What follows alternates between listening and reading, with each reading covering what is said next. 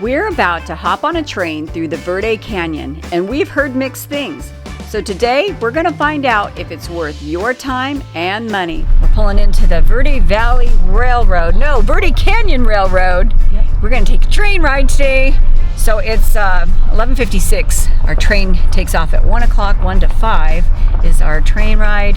And they do suggest being here an hour to an hour and a half early, actually. So we're doing good. Quite a few people pulling in right now, but we'll tell you a little bit later about how much it cost. About giving Stan a heart attack, but he's fine.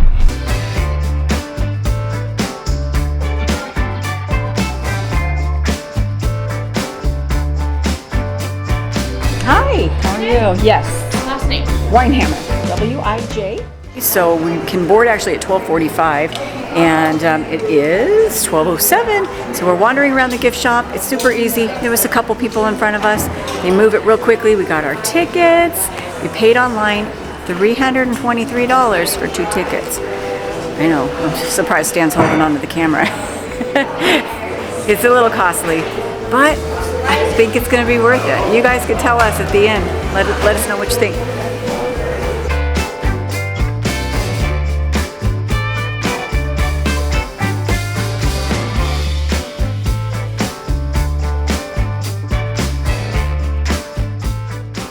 So we're gonna be in the Wickenburg car. It's right there. Verde Canyon Wilderness Route Railroad. Look at that. This thing's really long. I'm trying to find Stan. He's gonna get some pictures. They have the Clarkdale car. Then I guess we can travel to the open air cars and we'll be able to, we have assigned seating, but we'll be able to walk out here and see this. We're supposed to get cider or champagne. I guess you could choose which one you want. Charcuterie board.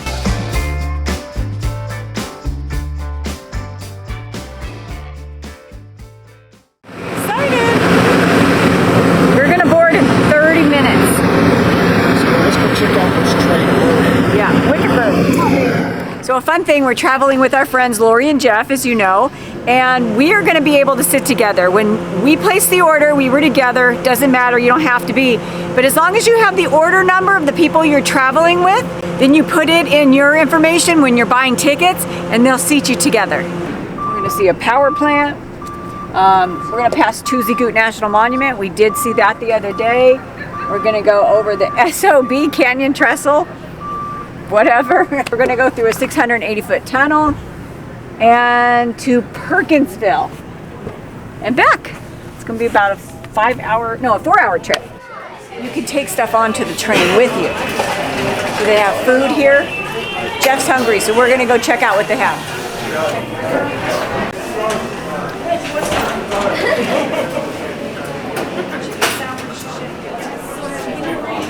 They've got a bar here too. Lots of outside seating. And they have restrooms too. I know there's some on the train, but better just go and probably be a little easier here. Was it a pleasant experience? Yes, very clean. You can also rent the caboose, like if you have a group of people, but I want to say it was like $2,400. Well, it's just a drop in the bucket. Yeah, well, if you're splitting it between maybe, I don't know, 12 people, a couple $100 a person. Pretty nice. Maybe 14. Bring more people, the less it gets. But look at this. This train's huge. Can't even see the end of it. I wonder if we walk down a little ways, we'd be able to see the caboose. Barely could see it down there, but that's the caboose. Museum. Cute.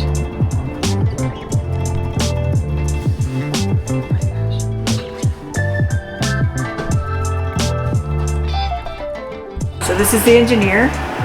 He'll be taking us up the canyon today. Woody, how long have you been working for the railroad? Well, 50 years. You know the way? You're feeling confident when you get there and get back? Oh, we're having a good time, that's for sure. All right, well, it's nice to meet you. And we'll see you on the flip side.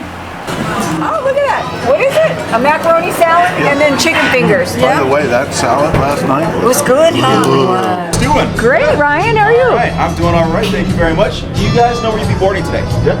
What car is that going to be? Wickenburg. The Wickenburg? I'm going to be your tour guide today. Woo! yeah. So, the Wickenburg car is I going to got be it. that close-in car, and if you join the outside car, I'm going to be your tour guide, pointing out all the stuff throughout the canyon. Nice. But we'll start boarding here at 12:43. So when you guys want to head down to that stairs, right past the swing gate there, we'll start boarding everybody.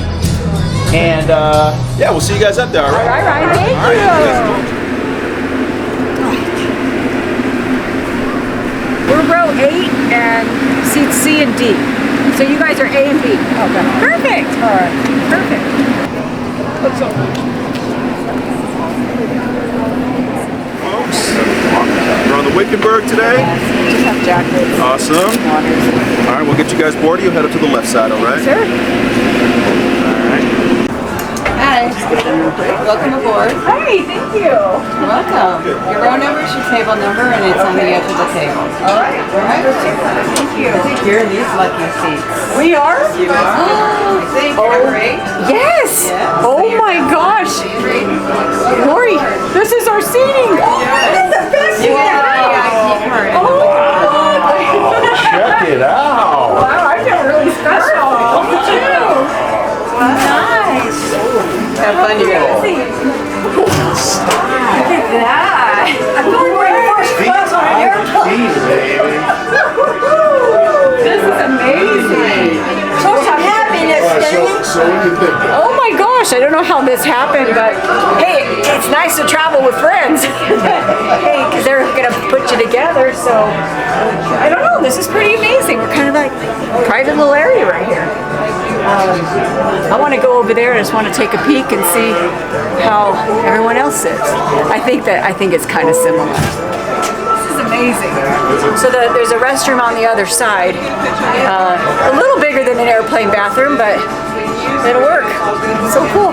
And then the open air car is just right outside the store. How are we all doing today?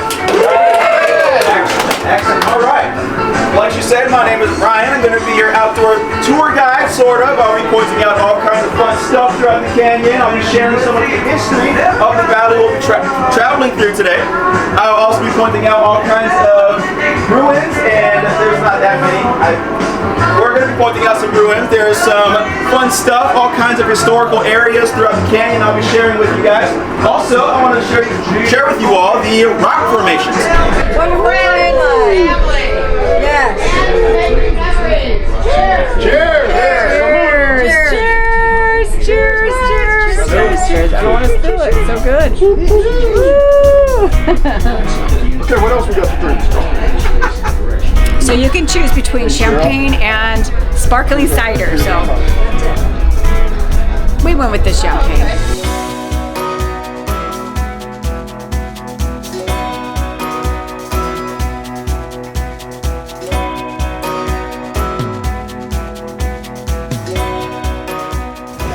Background there. This is the remnant of what used to be the TAPCO power plant. TAPCO stands for the original Arizona Power Company, and it operated here from the early 1910s to the late 1950s. There are 8 springs that feed the Verde River here, starting up in Paulin, Arizona, and working its way down all the way down south into Phoenix. Down south, it meets up with the Colorado River and the Salt River before letting out into the Gulf of California.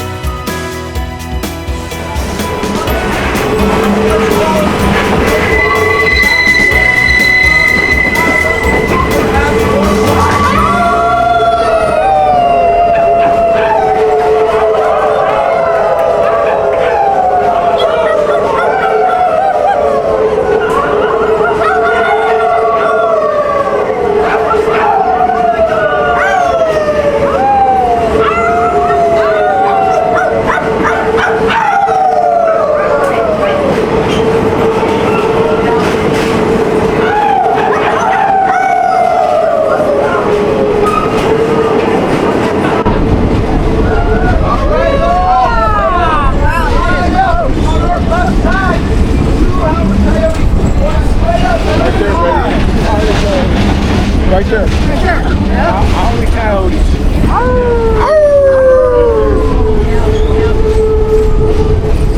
So far. Good, having a good time. This is fun. This is a lot of fun. Definitely worth the money. I'm telling you, we've got probably the best narrator on the train. We've got Ryan, and he knows his stuff. He's pointing out all the rocks and the different, we've seen Turtle Rock, we've seen Abraham Lincoln, we've seen the Howling Coyotes, been through the tunnel. This is so fun. It's so nice. Loving it. I started back in April last year. Only 10 months? Only 10 months, yeah. Where did you learn all this history in 10 months? Well, I'm a history nerd, so I already knew a lot of the stuff about this, but when you, on your first day, they give you a pamphlet. It's about that thick, and it's like regular printer paper, but all the words on it are about that small, and it's just packed. And so it took me about 2 months to like read through everything and get all the information down. I did 3 days of on-the-job training, and after that they just threw me to the wolves like, you got it now, figure it out, right?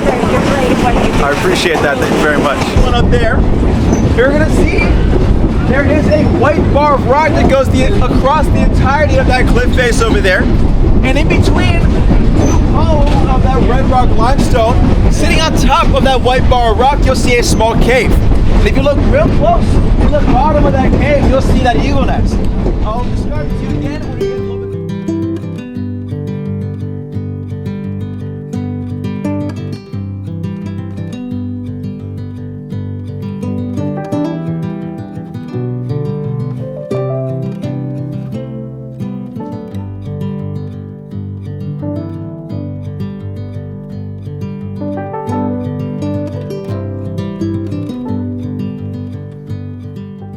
I'll start off my story with telling you all about the place we're located in.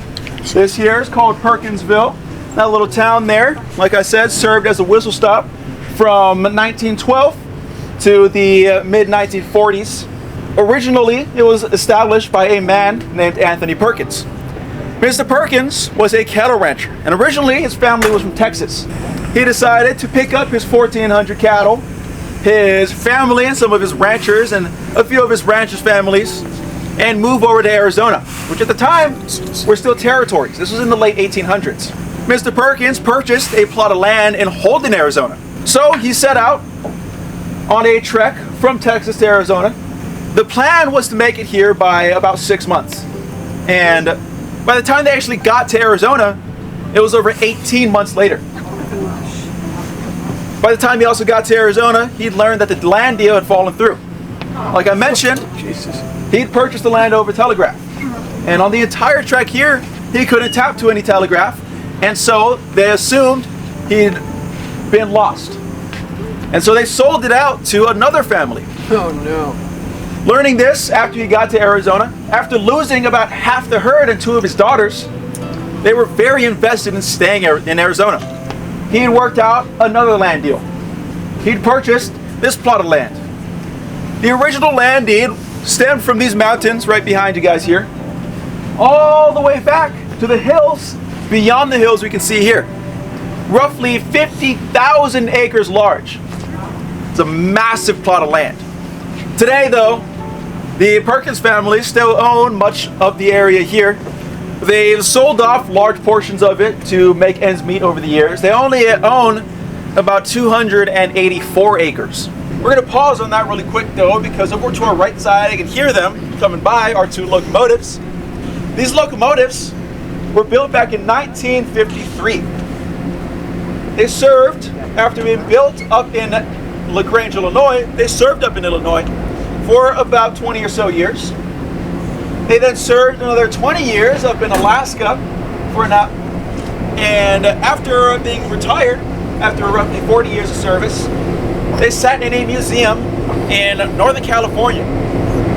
This model right in front is the 1510. Right behind it, you'll see the 1512.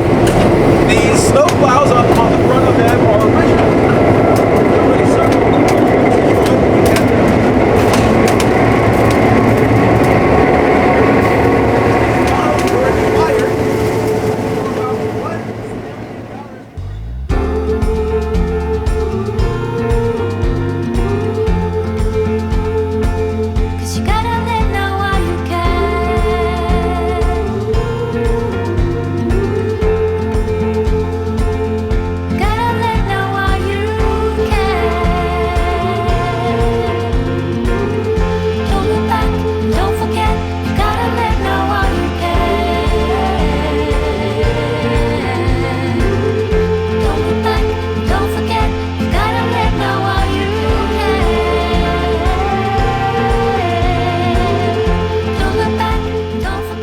So is the Verde Canyon Railroad worth it?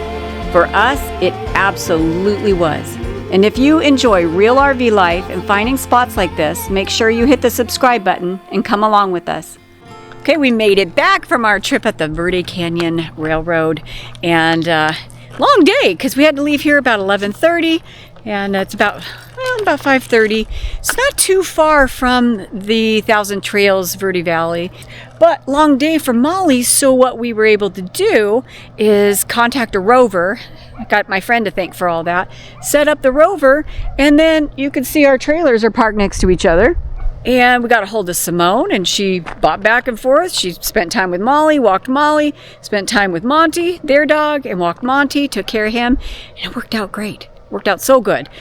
So if you guys aren't familiar with Rover, it's an app, and you can go on there and you can look at everyone's profiles, and then you can see, read and make sure they're reliable and trustworthy and how many stars they got, and then you just connect through the app, and it works out magically. Let's go. You happy? Are you happy, girl?